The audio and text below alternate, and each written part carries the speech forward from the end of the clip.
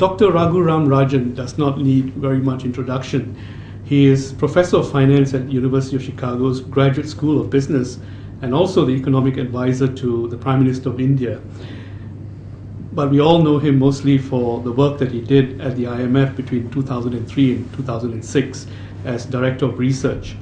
In 2003, the American Finance Association awarded Dr. Rajan the inaugural Fisher-Black Prize, given every 2 years to financial economists under the age of 40 who have made the most significant contribution to the theory and practice of finance. Thank you very much for speaking to us, Dr. Rajan. Thanks for having me. And I think the first question really to ask you is, a lot of the thinking in the United States about the current global economic crisis keeps harking back to the Great Depression. You're probably the only voice that's saying that we should not really be looking at the Great Depression as a model that you almost cookie cutter, superimpose on what's happening today.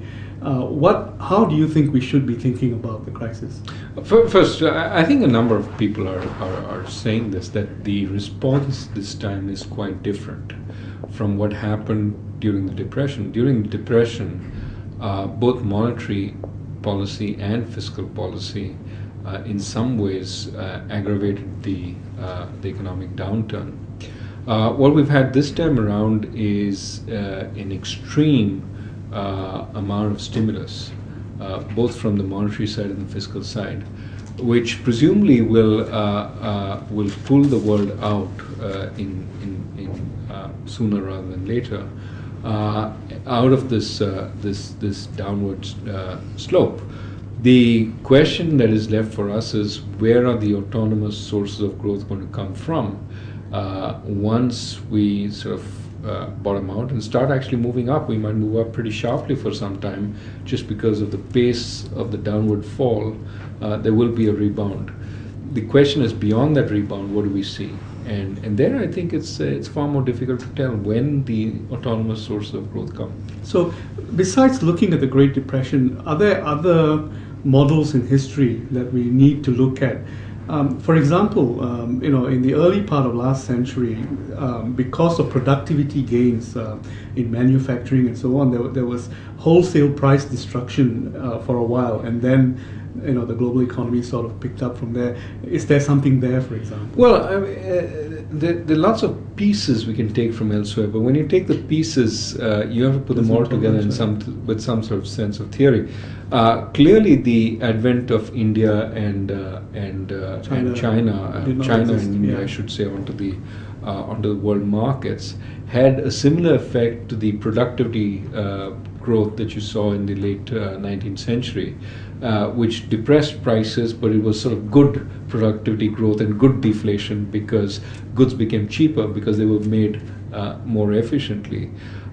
We saw a little bit of that price restraint as a result of foreign inflows over the last few years, which is why inflation targeting has been relatively easy. Now, as we've run through that, the question is it as easy as it was before? And of course, with the high levels of government debt that have been built up, I think the pressure on central banks will be to inflate a little more, which means they will lose a little bit of credibility. And of course, without the benefit from having this downward pressure on prices from foreign imports, I think managing inflation is going to become a whole lot more difficult. Talk to us a little bit about inflation and how we should be thinking about inflation outlook. I think there was the fear of inflation, and somewhat the numbers are not showing up at the moment. But what do you think we should be looking at? Well, okay. So where would inflation come from? First, I think that with this tremendous decline, there's a sizable output gap built up between what the economy can potentially produce and what it's actually producing. Now, the output gap is a very inexact thing. It's very hard to measure it because it tends to adjust all the time. For example, if a lot of people are out of work, they may decide never to seek work again, or they may become unemployable, in which case your labor force has declined and the output you can produce even with full employment has gone down. Right. So there are issues like this which make it hard to see, but I think with the kind of slowdown we've seen, there is an output gap which has been built up, which means as the economy recovers, it's hard to think that you will get inflation particularly quickly, except in some areas like commodities prices, where there's been a fair amount of underinvestment, and those could pick up quickly. Longer run, of course, it really depends to some extent on the constraints on production, which might cause the divergence between supply and demand to build up, and therefore price levels to rise. That's one. And second, the extent to which the central bank, in a sense, accommodates any upward price pressure or deals with it by trying to cut back on demand and growth. And there, I think the view is, on the one hand, price pressures are likely to build up because the supply side is going to be more constrained in the future. Productivity growth is going to be slower. There's going to be less, there are going to be more taxes, more kinds of distortions built up in markets. That's going to make the supply side less effective. And as far as constraining demand goes, well, if there is this difference which is pushing up prices, the central bank may be a little less inclined to act in time, simply because there is this huge debt level which has to be written down. Yeah. And so as a result, for both those reasons, both supply and demand, we think that maybe it becomes harder to control inflation going forward. Right. So that's medium term. That's 3-5 years out, not the next 1 or 2 years. Right. You sort of partially answered the question on trade and how trade is playing out.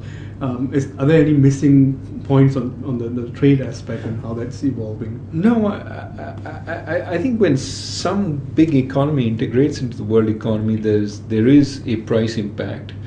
And to some extent, because the central banks haven't sort of fully accounted for this, it makes their life easier, because there's sort of supply coming on the market relative to demand. There's now more goods, puts downward pressure on prices. Central banks feel very happy. They don't have to raise interest rates that much, makes their life more easy.